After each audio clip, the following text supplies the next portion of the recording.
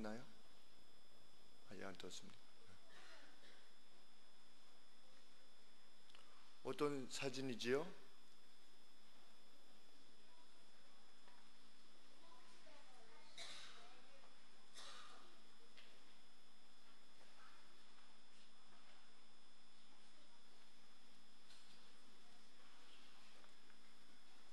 우리 어른들은 아시지요? 이 사진이 무슨 사진인지. 어린아이가 지금 어디 있습니까? 바다에 있습니다. 어린아이가 무엇하고 있습니까? 무엇하고 있죠? 가만히 있지요. 왜? 죽었으니까. 왜 죽었지요? 네? 도망치다가, 누구랑 도망치다가? 아빠랑, 엄마랑, 그리고 자기 형하고 같이 도망치다가 어디로부터 도망쳤습니까? 시리아라는 나라로부터. 자기 나라에서 IS라고 하는 아주 악한 자들이 사람들을 죽이고 못살게 굴고 목을 베고 이런 것이 두려워서, 또 시리아라는 나라가 마치 우리나라가 이전에 남한과 북한이 서로 나누어져서 전쟁을 일으켜서 많은 사람들이 죽었던 것처럼, 지금 시리아라는 나라가 그 안에서 안쪽에서 내전이 일어나서 그 괴로움을 견디지 못해서 보트를 타고 도망하다가 이제 보트가 뒤집혀지는 바람에 어린아이가 이렇게 물에 떠밀려 와서 바다에 죽어 있는 것을 발견하고 사진을 이렇게 찍은 거죠. 이 사진이 있은 뒤에 세상의 사람들은 어떻게 하기 시작했을까요?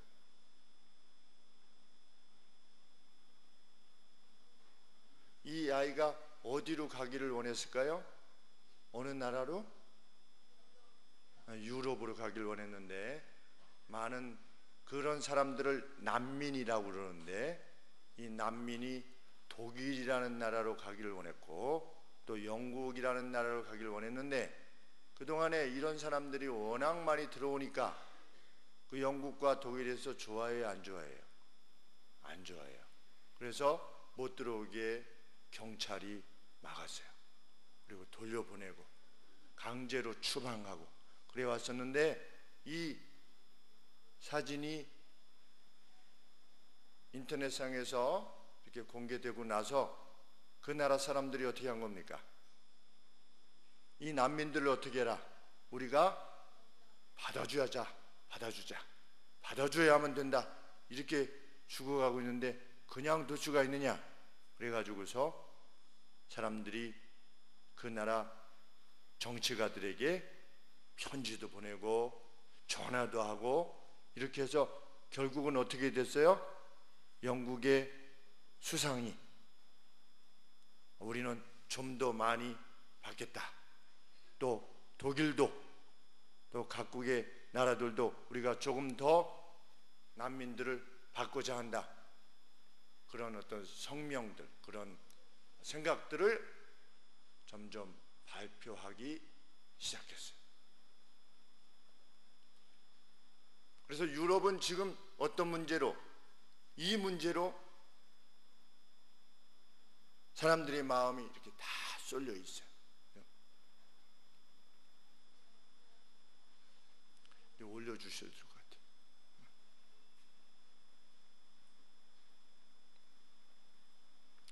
우리가 살아가다 보면 이런 큰 이슈들이 있습니다. 무슨 이슈들 같은 것이 있습니까? 9.11 테러,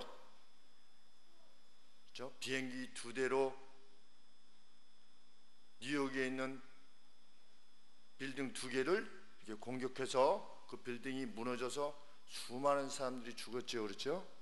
그리고 이라크 전쟁이 일어나서 또 이라크에 있는 무수한 많은 사람들이 죽고 지금도 죽어가고 있고, 또 아프가니스탄 그리고 내전이 일어나가지고 또 많은 사람들이 죽고, 그런 이슈들이 있을 때마다 사람들은 그 일들이 가져올 어떤 그 파장, 그것을 두려워해요. 두려워하고 그것에 대해서 관심하고 자기 입장을 표현하면서 머리에 무엇을 가장 중심에 둬요? 그러한 이슈들, 그러한 어떤 문제거리들을 가장 머리에 둬요. 우리 한 3주 전, 4주 전에 무엇이 무서웠어요? 전쟁이 날까봐 무서웠어요. 그렇죠? 왜? 북한이 우리는 전쟁을 할 준비를 다 마쳤다. 그래가지고 북한군 전 군인들한테 언제라도 전쟁이 일어나면 전쟁에 임할 준비를 해라, 이렇게 북한이 명령을 했어요. 그래서 오후 5시까지 북한에다 대고 방송하는 그 방송을 중단하지 않으면 우리가 그것을 공격하겠다, 이렇게 했어요. 사람들의 마음이 뭐에 쏠려 있었어요? 야, 이거 5시가 되면 이거 어떻게 되는 건가? 거기에 마음이 다 쏠려 있었어요. 아마 우리나라 사람이라면 다 거기에 마음이 쏠려 있었겠지요. 저는 조금 덜 쏠려 있었지만, 왜 저는 조금 덜 쏠려 있었을까요? 전쟁이 일어날 수가 없으니까. 왜? 전력차가 만약에 허튼 짓을 하면은 저기는 끝장나는 걸 아니까. 김 목사가 어떻게 알아 그걸? 저는 어떻게 알까요?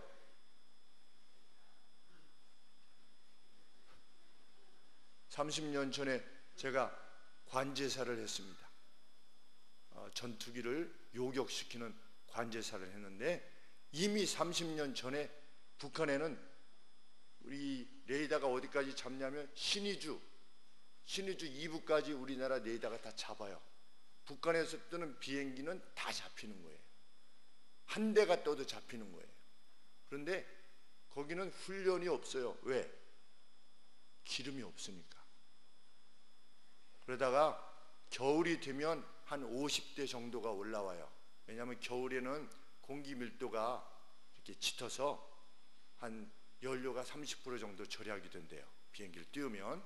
그래서 한 2, 3주 정도에 한 50대 정도가 올라와서 자기들끼리 막 이렇게 하고 다시 앉아요. 그리고 봄, 여름, 가을 동안은 거의 없어요, 훈련이. 우리로 치면, 자동차 운전으로 치면 뭡니까? 완전 초보인 거지요. 완전 몇 번 올라가 보지도 못한 거예요, 공중에. 그리고 무슨 전쟁을 하겠어요. 그때도 저도 군대 가기 전까지는 이게 참 남북이 대치돼서 참, 그때 당시의 전력하고 지금하고는 또 아주 엄청난 차이가 있는 거죠. 북한 전투기는 한 대도 못 뜨는 겁니다. 설교 시간 때 이런 이야기를 해서 좀 그러긴 하지만, 거기에 너무 관심을 갖지 않도록 하기 위함이지요. 이라크 전쟁 때에 이라크에 미그 23과 같은 최신의 전투기가 200여 대가 있었어요. 근데 한 대도 못 떴어요. 그래서 그들이 진 거예요. 우리나라는 미그 23보다 훨씬 좋은 F-15 전투기가 있어요. 북한은 최고 전투기가 미그 23, 미그 25예요. 상대가 안 되는 거예요. 그래서 저쪽에서 아무리 무슨 준전신이 뭐니 해도 우리 쪽에서 두려워하지 않은 거예요. 그런데도 그런 줄 알면서도 혹이나 어떻게 할까 해서 마음이 쏠리는 것이 사실이지요. 이렇게 큰 긴장감 가운데 두려워하거나 이건 아니지만, 그래도 늘 이상하게 행동해온 사람들이니까 그렇게 사회적으로 큰 이슈가 있을 때마다 사람들은 그 이슈에 마음이 쏠리게 됩니다. 그것이 뭐 인간으로서 당연한 일이 아니겠습니까? 그래서 이렇게 난민이 이런 문제에 직면하여 있다라고 했을 때 그 정부에게 단언하고 문자도 보내고 이메일도 보내고 전화도 하고 강력하게 항의해서 이 난민들로 하여금 자유를 찾아 나설 수 있도록 하는 것은 아주 귀한 일이지요. 그렇죠. 그런데 그럼에도 불구하고 그것들이 그 이슈들에 관심하는 것이 의미 있는 것임에도 불구하고 예수님은 그런 이슈들보다도 더 본질적인 이슈가 있다. 정말 우리가 더 관심해야 되는 이슈가 있다. 문제가 있다. 그건 뭐냐? 그것은 회개라고 하는 이슈다. 예수님께서는 오셔서 세상의 시작과 마지막을 아시는 예수님께서는 오셔서 우리가 정말 관심해야 되는 이슈는, 문제는 그건 내가 참으로 하나님 앞에 돌아섰느냐 하는 문제, 그 문제에 우리의 최고의 관심을 기울여야 될 것을 예수님은 말씀하신 것입니다. 저는 서울 복음병원에 주일날마다 오후 4시에 가서 말씀을 전하게 되는데, 예배를 인도하게 되는데, 거기 중환자실에 계신 영혼들, 또 힘겹지만 휠체어를 타고라도 예배드리고 싶어서 나오시는 성도님들을 대할 때마다 우리의 궁극적, 우리가 정말 문제시해야 되는 것은 뭐냐, 과연 내가 하나님과의 어떤 관계를 가지고 있느냐 하는 것이 이 시리아 난민의 문제, 9.11의 문제, 천안함의 문제, 세월호의 문제, 이거보다도 더 앞선 우리의 관심이 되어야 된다. 그런 이슈들에 관계되어져서 하나님이 원하시는 바를 행하기 위하여서 애쓰는 것, 그것도 그 나름대로의 가치가 있는 것이지만, 그 이슈에 파묻혀서 우리가 참으로 관심해야 되는 것을 놓치게 된다면 그것이야말로 진정으로 불행한 일이다.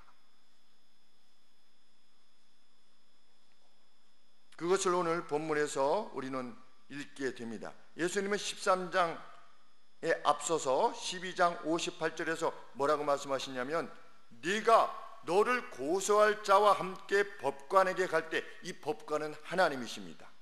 하나님 앞에 갈 때 길에서 화해하기를 힘쓰라.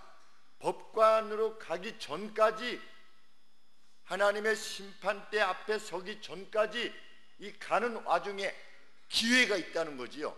가는 도중에 어떻게 해라? 빨리 화해해라. 달리 말하면 빨리 회개해라. 그래서 너를 고소하는 자가 너를 재판장에 끌어가고 재판장이 너를 관속에게 넘겨주어 관속이 곧 지옥에 가둘까 염려하라. 그것이 너희의 최고의 관심사가 되게 하라. 어제 병상 세례를 베푼 우리 형제님이 있는데, 이진방 형제님인데 병상에서 암 사계신데 그동안에 위에서 기도해 왔고, 우리 박 목사님하고 같이 가서 신방하고 그러셨는데, 예수 그리스도를 주로 받아들이시겠다 라고 하는 고백이 분명하게 있어서 어제 세례를 행했는데, 왜냐하면 육신적으로 볼 때 이제 얼마 안 남았기 때문입니다. 이제 곡기를 끄는 상태가 되어져서,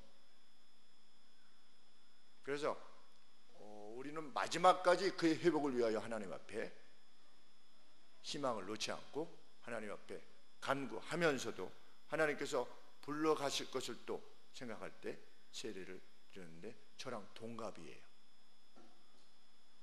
시운네 친구 같아요. 그런데 떠날 준비를 하고 있는 겁니다. 그리고 그 병상에서 떠날 준비를 하고 계시는 분이 60여 세 되시는 분들도 계시고 70여 세 되시는 분들도 계시고 80 이상 그렇게 많지 않으십니다. 그러면 80세로 치면 제가 54세니까 80세면 26년 남은 겁니다.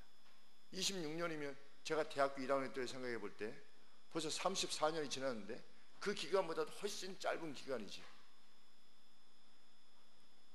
불교를 믿으시는 그 누님이 그렇게 말씀하셨습니다. 인생이 마지막에 이렇게 될 줄 몰랐다. 우리 동생이 이렇게 될 줄 몰랐다. 그래서 모든 인생은 이 길을 가는 것입니다. 궁극적으로 이 길을 가는 것입니다.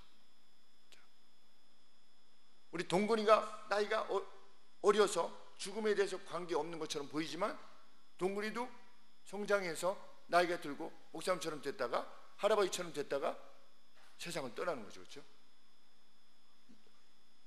우리가 누구나 태어난 것처럼 누구나 죽지요. 근데 죽을 때 성경은 그 죽을 때 어떤 죽음을 죽느냐 하는 것이 영원을 결정한다. 영원히 사는 것을 결정하는 이 문제에 우리의 관심이, 우리의 최고의 관심이 쏟아져야만 된다. 그 어떤 현재 세상의 이슈들, 그것은 오늘 있다가 없어지는 것일 수 있고 또 생겼다가 없어지는 것일 수도 있고, 그렇지만 우리 본질적인 것은 한번 끝나면, 결정나면 그것이 영원을 결정하기 때문이라는 거죠. 그래서 예수님은 그 하나님 앞으로 돌아서는 회개를 촉구하고 계시는데, 회개를 너희들은 회개해야 된다, 하나님 앞에 가는 이 과정의 그 기회를 결코 놓치지 말아라 이러고 있는데, 13장 1절에 그때에 그렇게 말씀하고 계시는데 마침 어떤 사람들이 와서 소식을 전하는 겁니다. 무슨 소식을? 빌라도가 누구냐면 로마의 총독인데 이스라엘이라는 나라에 와가지고 로마 병사들을 데리고 와가지고 이스라엘을 지배하던 사람이었습니다. 아주 악한 사람이었어요. 그 로마 기록에 의하면 이 빌라도는 아주 나쁜 사람이었어요. 악한 사람이었어요. 그래서 그 이스라엘 백성들이 대표단을 이끌고 로마에 가가지고 우리 이 총독 바꿔주시오 라고 할 정도로 그렇게 악한 자였어요. 성경에 보면 빌라도가 좀 뭐 이렇게 나쁜 사람처럼 안 나타나 있지 않습니까? 그런데 우리가 이 사실만 봐도 알 수 있죠. 예수님한테 와서 보고를 했어요. 어떤 보고를 했냐면 그 요단강 저편 갈릴리 지역 사람들이 예루살렘에 하나님 앞에 제사하려 왔는데 이 빌라도가 그 제사하러 온 사람들을 죽여가지고 그 제사하려고 했던 사람들의 그 잡았던 그 제물에다가 그 죽은 사람의 피를 빼가지고 거기다가 섞었다는 거예요. 얼마나 잔인한 일입니까? 그렇죠? 그런데 요세푸스의 기록에 의하면 그 당시에 그 로마에 항거했던, 어떻게 보면 독립군이지요.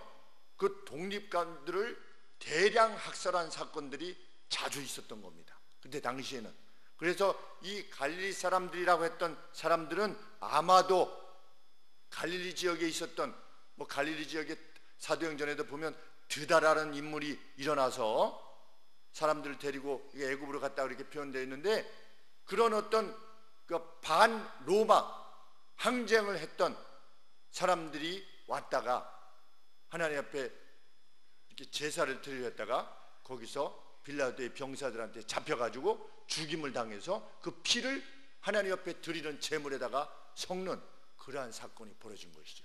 얼마나 이슈가 되는 사건이겠습니까? 이스라엘 백성들에게 있어서. 그것이 13장 1절 말씀입니다.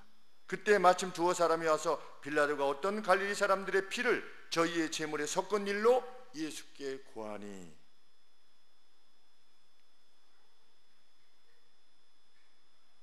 그들은 왜 이 내용을 예수님한테 보고했을까요? 모릅니다. 왜 그렇게 했는지.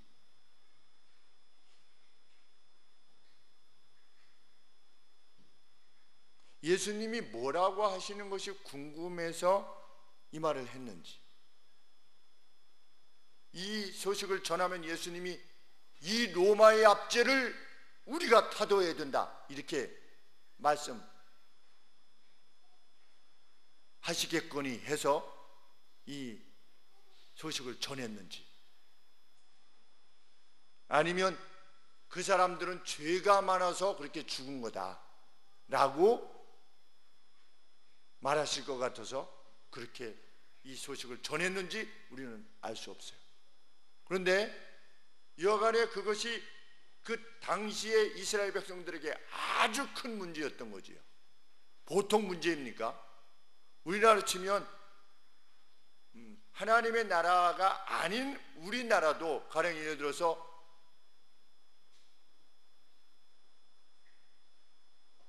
일본의 총독이 독립군의 목을 참수해가지고 그 피를 어디다가 이렇게 담아가지고 그것으로 우리나라의 그 어떤 것을 모독했다 그러면 이것이 보통 문제겠습니까? 그렇죠?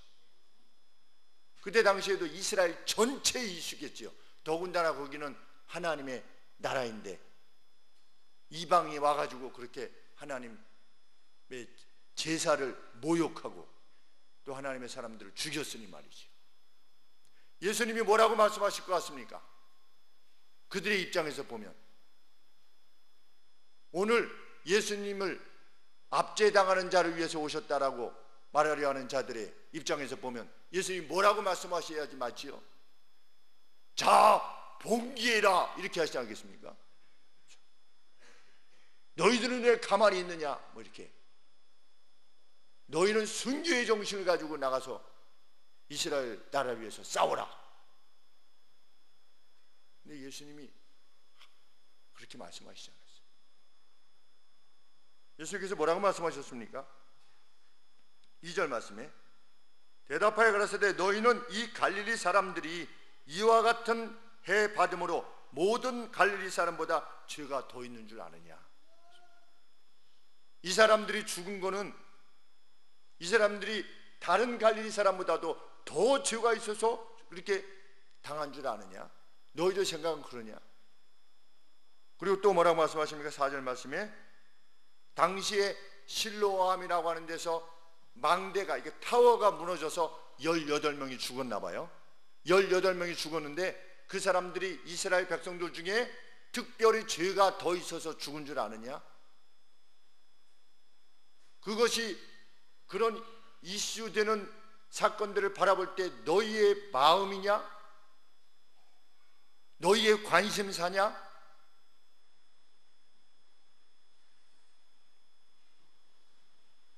그러면서 뭐라고 말씀하시냐면 둘 다 아니라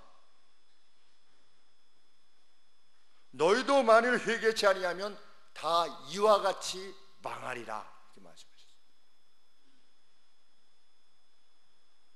지금 예수님은 무엇에 대해서 말씀해 오고 계셨습니까? 회개해야만 된다. 너희가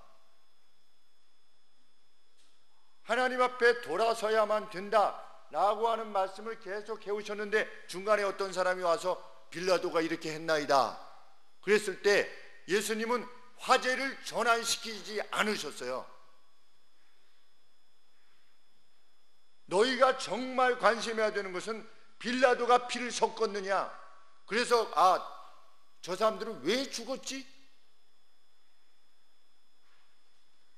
아니면 우리는 어떻게 해야지? 우리는 로마에 대해서 어떻게 해야지? 망대가 무너져서 왜 죽었지? 그 사람들은 자연재해라고 하는 것은 하나님이 허락하시는 건데 하나님은 왜 그러셨지? 왜 저 사람은 죽은 거야? 라고 하는 이런 이슈에 대해서 왜 그러지? 그걸 바라볼 게 아니라 내가 너희들에게 계속해서 말해왔던 회개, 하나님 앞에서의 돌아섬이 너희의 본질적인 관심이어야 되고 이슈가 되어야 된다는 거지.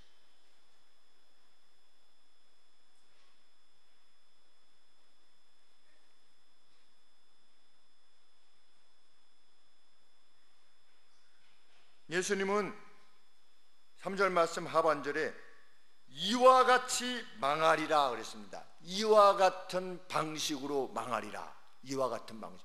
그러면 이와 같은 방식은 뭡니까?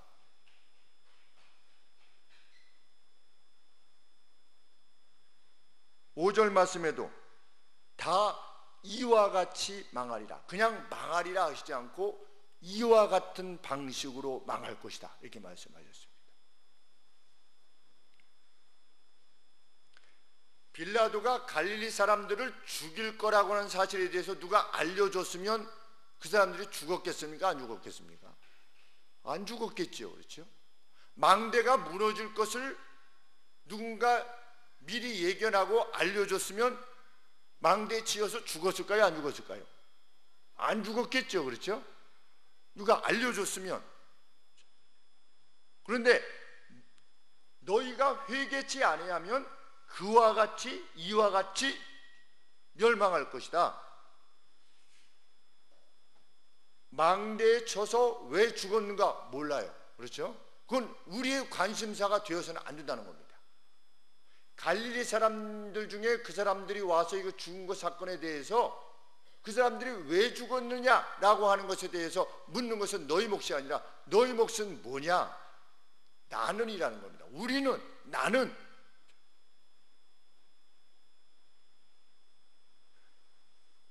이 사람들이 만일 경고를 받았으면 안 죽었을 거예요. 그렇죠? 예수님은 이스라엘 사람들이 죽지 않기 위해서 어떻게 하십니까? 영원한 죽음을 죽지 않기 위해서 어떻게 하고 계시는 거죠? 지금 회개하라고 경고하고 계시는 거지요. 하나님 앞에 돌아서라, 돌아서라, 돌아서라. 그런데 이 경고를 듣지 않으면 마치 무엇과 같은 겁니까? 경고를 하지 않은 것과 마찬가지지요. 그래서 경고 없이 망대가 무너져서 죽은 것처럼 내가 너희를 이렇게 경고하는데도 불구하고 너희들이 내 경고를 받아들이지 않고 하나님 앞에 회개하지 아니하면 어떻게 될 거다?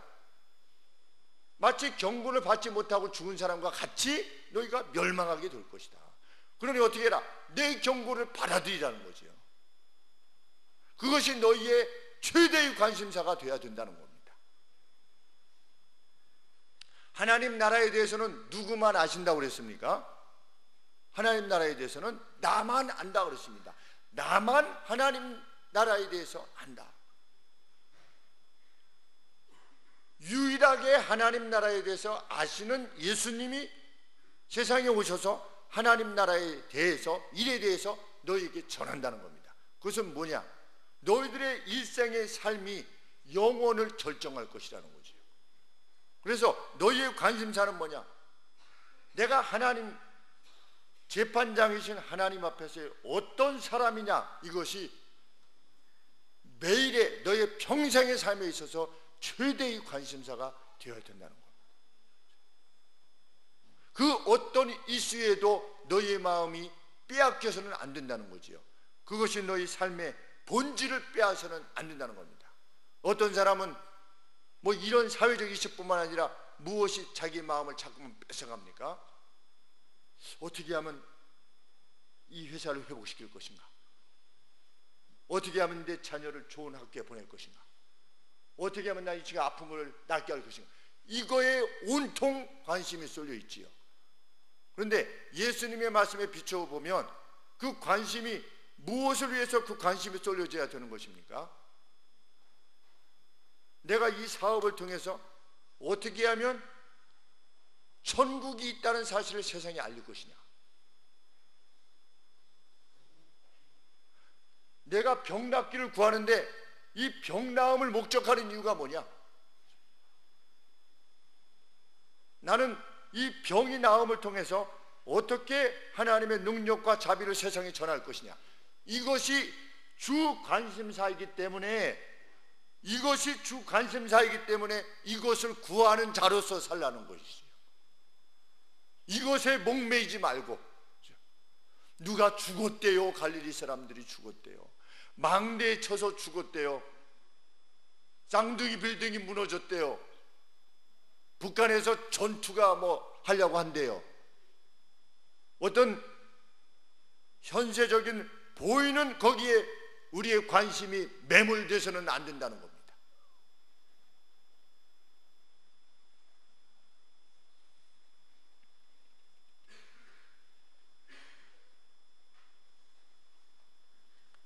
나는 하나님 앞에서의 버릴 악이 무엇이냐? 나는 여전히 내 안에 있는 하나님 앞에서 버려야만 되는 악이 뭐냐? 악이 노인들에게만 있습니까? 악이 젊은이들에게만 있고 악이 어린아이들에게도 있을 수 있어요. 3살, 4살짜리도 악이 있을 수 있어요.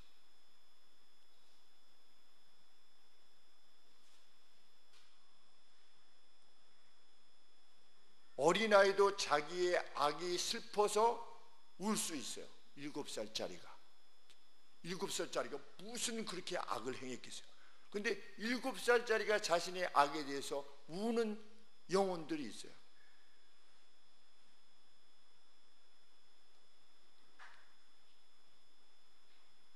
어느 건물에 들어가는데 문을 열었다가 어떻게 닫아야 됩니까? 예수님 믿는 사람들은 어떻게 닫아야죠? 잘 닫아야 돼요, 그렇죠? 네? 근데 저는 여기 화장실 쓰러 들어오시는 이 사람들 왔다가 하고, 여기 앞에 무슨 밭 하고 왔던 분들 이런 분들이 와서 화장실을 이제 주변에 없으니까 우리 화장실을 다 쓰시는데, 나갈 때 문을 이렇게 열었다가 이렇게 다시 닫는 분은 거의 못 봐요. 그것과 무슨 회개와 무슨 관계가 있느냐? 회개는 뭡니까? 무엇으로의 회개지요? 하나님의 명령으로 돌아가는 것이 그게 회개지요. 하나님이 사랑을 위해서 주신 명령을 내가 행하겠다는 마음으로 돌아서는 겁니다. 그러면 이 문이 누구 겁니까? 화장실 쓰러 오는 사람의 입장에서 보면 이 문이 누구 거예요? 남의 거예요. 그렇죠? 만약에 이 문이 쾅쾅 해가지고 망가지면 누가 손해를 봐야 돼요?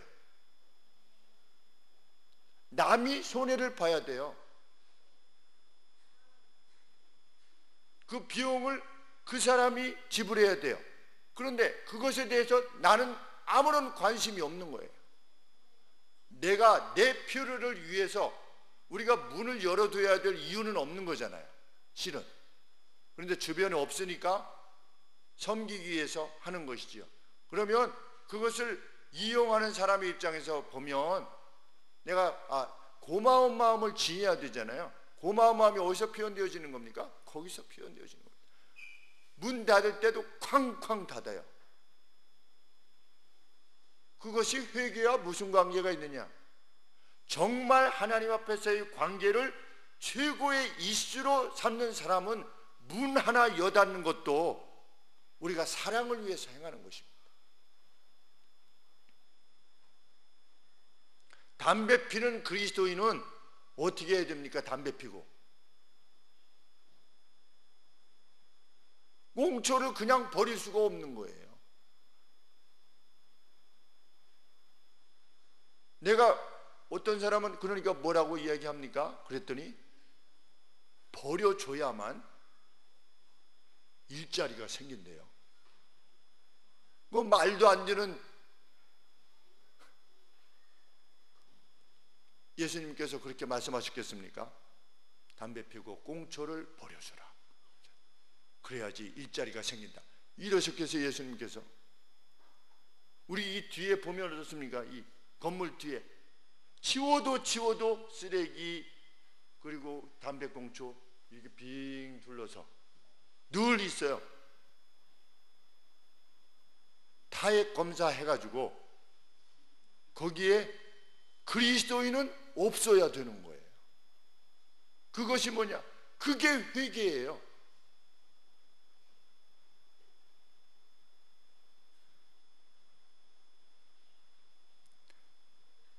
제가 저희 집 앞에 있는 이발소에 한 5년 정도 다니는데, 처음에는 제가 목사라고 이야기는 안 했던 것 같아요, 지금까지.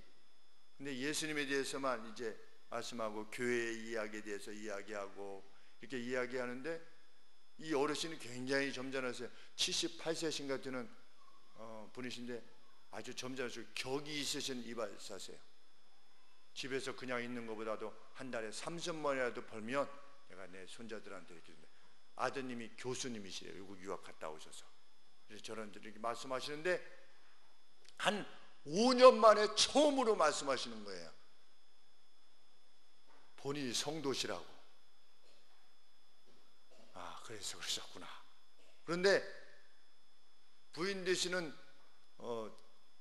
분께서 전도사셨대요. 그러니까 이 목사가 잘못 얘기했다가는, 내가 예수 믿는 사람이라 이렇게 잘못 얘기했다가 이 목사가 이상한 목사이고 이렇게 되면 뭔가 이렇게 말이 불편하잖아요. 말하기도 불편하고 막 이러니까 정체를 드러내시지 않다가, 아, 이제는 좀 정체를 드러내도 괜찮겠다 이런 생각이 드셨는지 얘기하시는데, 무슨 얘기를 하시냐면 예수님 믿는 사람들이 자기만 안다는 거예요.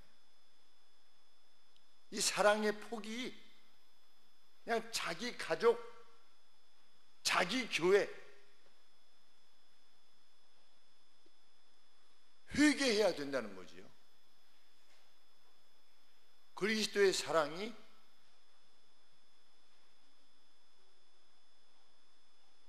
겨우 자기 교회도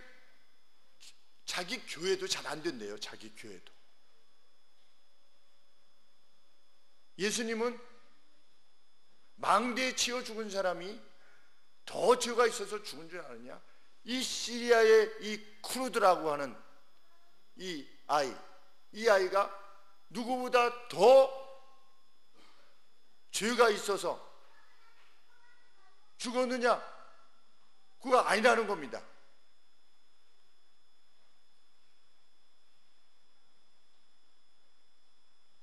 그가 왜 죽었느냐라고 하는 것에 대해서 그것을 묻는 것은 우리 몫이 아니라는 거지요.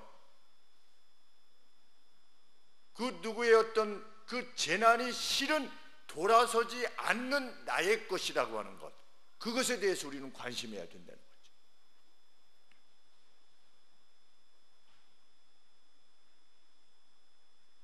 나의 변함없음,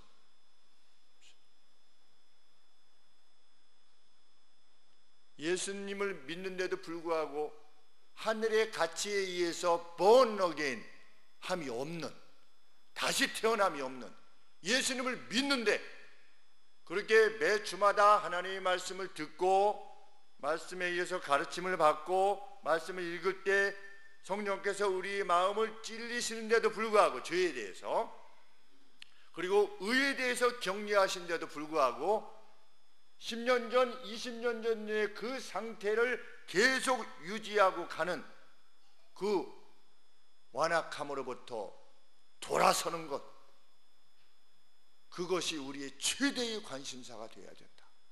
여기서 말씀을 주며,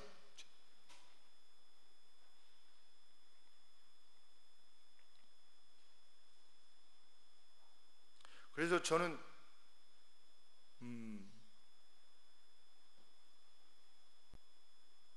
우리 통합 측에서, 통합 측 교단에서 WCC를 받아들이고 예수 그리스도 외에도 구원받을 수 있는 길이 있을 수 있다. 하나님은 능력이 무한하시니까 예수님 말고도 다른 구원의 길을 여실 수도 있다라고 하는 WCC, 세계교회연합회라고 하는 그 모임의 주도적 역할을 감당했던 것이 통합 측 교회들인데, 그래서 우리 그 형제님, 어머님과 말씀을 나누다가 여기서부터 이것은 아주 심각한 본질적인 문제입니다. 이것은 영원한 저주에 속하느냐 아니면 영원한 생명에 거하느냐고 하는 본질적인 문제인데, 제가 다른 교회의 성도님이기 때문에 이 말씀을 드리는 것이 매우 조심스럽지만 성경 말씀에 비춰보면 틀림없습니다. 결단을 하셔야 되고 목사님에게 여쭤야 됩니다. WCC가 이런 문제인데, 이런 문제를 안고 있다고 그러는데 우리 교회 입장은 뭡니까? 라고 했을 때 명확한 답변을 목사님에게서 받고, 그 교회가 우리는 그거 별 이상하게 생각하지 않는다 라고 해가지고 계속 그 상태로 나아간다면 교회를 나와야 됩니다. 이렇게 말씀을 드렸습니다. 그런데 말씀을 나누다 보니까 정말 나오신 거예요. 그 오랫동안 정들었던 교회를. 왜? 그 본질을 이탈했기 때문에.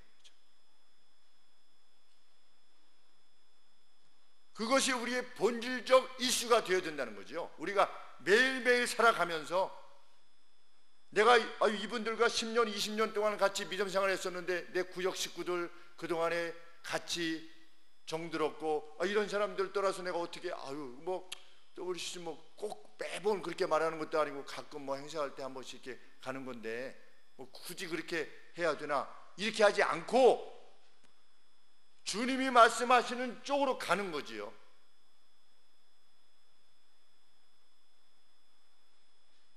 그래서 오늘도 이런 말씀에 결단을 내리는 분들이 있구나.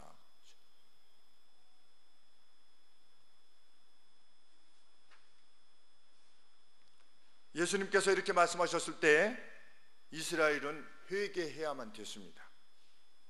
하나님은 십수세기에 걸쳐 이스라엘 백성들을 끊임없이 개간해 오셨습니다. 그렇죠? 그리고 계속해서 선지자들과 사도들을 통해서 자양분을 주고 거름을 주고 영적 각성을 촉구하는 수많은 선지자들 보내셨습니다. 그래서 그들이 영적으로 풍성한 열매를 맺길 원하셨고, 이스라엘 백성들이 세상에 하나님의 어떠하심을 천명하기를 원하셨습니다. 그런데 그들은 열매 맺지 못하는 무화과 나무가 되었습니다. 주님은 무화과 나무 비유를 드셔서 예수님의 말씀을 듣고 있던 이 이스라엘 백성들이 재난에 직면해 있지 않는 이유는 그들이 그 죽었던 사람들보다도 더 뛰어났던 사람들이기 때문이 아니라 하나님의 기다리심에 의한 기회를 주심에 의해서 단지 지금 그 마지막 심판을 기다리고 있을 뿐이다 라고 하는 사실을 예수님이 비유를 통해서 밝히신 것입니다. 비유의 내용은 무엇입니까? 무화과를 심었어요. 그래서 3년 뒤에 열매가 맺기를 바라서 잘 이렇게 거름주고 했는데 아무것도 안 나온 거예요.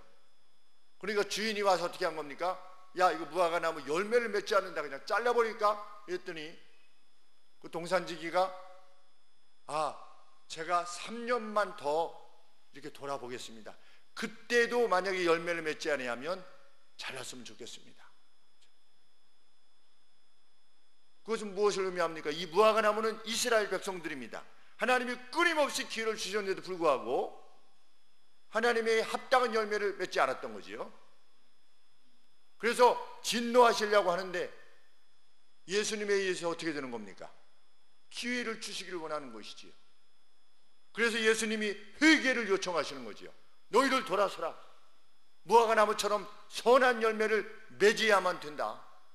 하나님께 합당한 열매를 맺어야만 된다. 영적으로 의로움과 진실함에 있어서.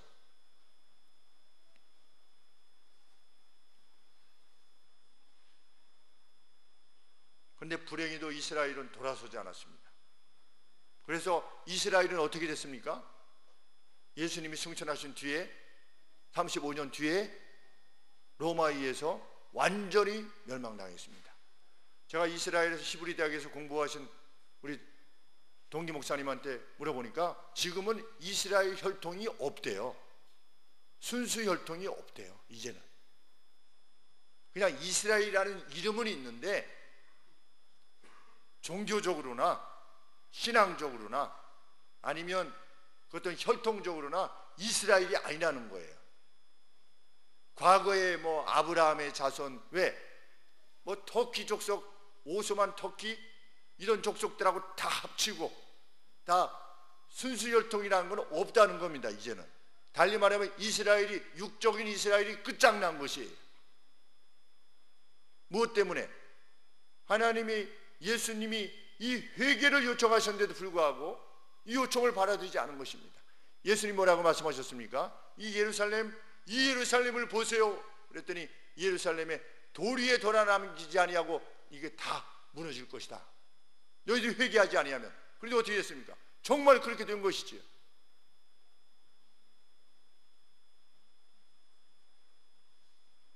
환경의 이슈에 최대의 관심을 기울이는 사람을 뭐라고 부릅니까? 환경운동가라고 부르지요. 인권에 최대의 관심사를 기울이는 사람이 뭐라고 불립니까? 인권운동가라고 불리지요. 고래 잡지 말라고 하는 사람들은 뭐라고 불리지요? 고래 잡지 말라고 막 보트 타고 다니면서 그 포경선 옆에서 막 그린피스, 그렇죠? 그린피스는 뭐 하는 사람들입니까? 그 최고의 관심사가 자연보호예요. 그렇죠? 자연보호. 그리스도인은 최대의 관심사가 무엇입니까? 회개입니다. 회개란 무엇입니까? 뉘우치는 거, 그게 회개가 아니고 돌아서는 겁니다. 하나님의 방식으로 돌아서는 거지.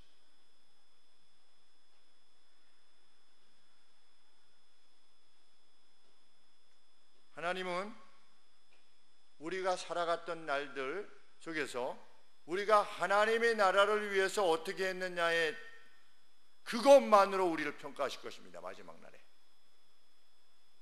네가 얼마나 환경운동 했느냐, 네가 얼마나 인권운동 했느냐. 환경운동이 중요하지 않다는 것이 아니고 인권운동이 중요하지 않다는 것이 아닙니다.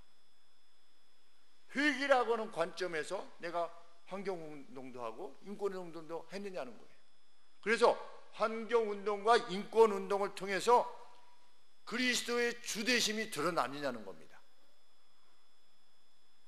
우리가 열심히 사업을 하고 직장을 만들어내고 직업의 일자리를 만들어내고 누구를 돕고 장학금을 베풀고 세제를 변혁시키고 정치를 해서 좋은 나라를 만들고 이랬을 때 그 행한 결과로 인해서 어떤 영혼이 그리스도를 알아서 영원한 세상을 살게 되었느냐, 이것으로 우리의 인생을 평가하실 것이라는 겁니다. 우리의 주된 관심은 그것이어야 되는 것이죠. 하나님은 무엇을 제일 기뻐하신다고 그랬습니까? 한 영혼이 죽게 돌아오는 것을 가장 기뻐하신다고 그랬지요. 우리의 회개는 무엇을 목적합니까? 나 천국 가려고? 그런 건 아니지요. 우리의 회개는 무엇을 목적하는 것입니까? 이 놀랍고 자비로우신 하나님, 이 하나님을 섬기게 된 이 기쁨을 다른 사람도 누리도록 하기 위해서 일생을 사는 것, 그것이 하나님의 사람이라 일컫는 사람들의 가장 핵심 이슈가 되는 것이죠.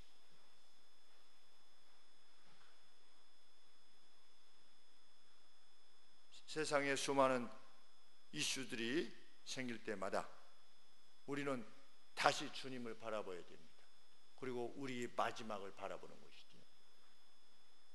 오늘 우리의 마음을 사로잡는 그 무수히 많은 것들, 그것이 과연 주님을 위한 것이냐, 주님을 위한 것이고 하나님이 세우신 교회들을 위한 것이냐, 그것이 성도들을 위한 것이냐.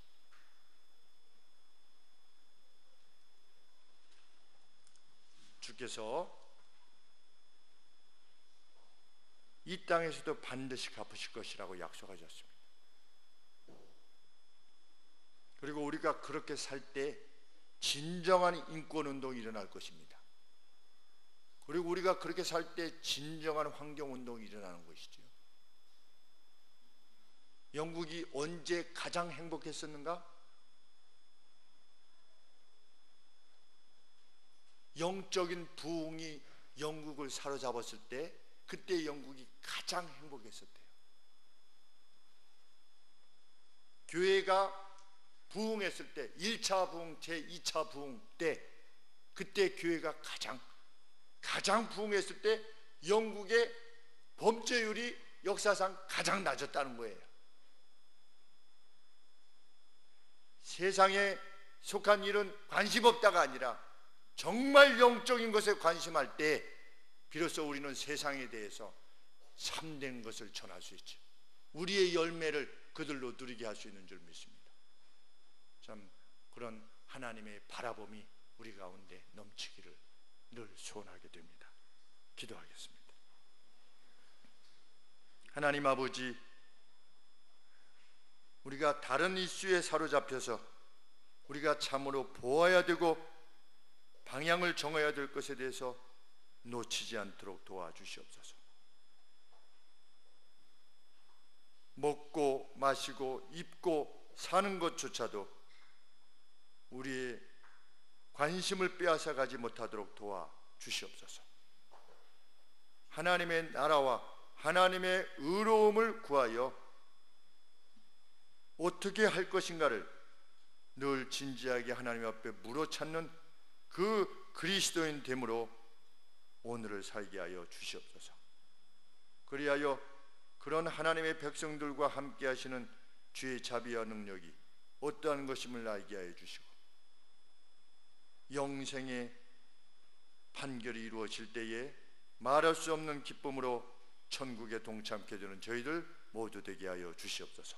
예수 그리스도 이름으로 기도합니다. 아멘.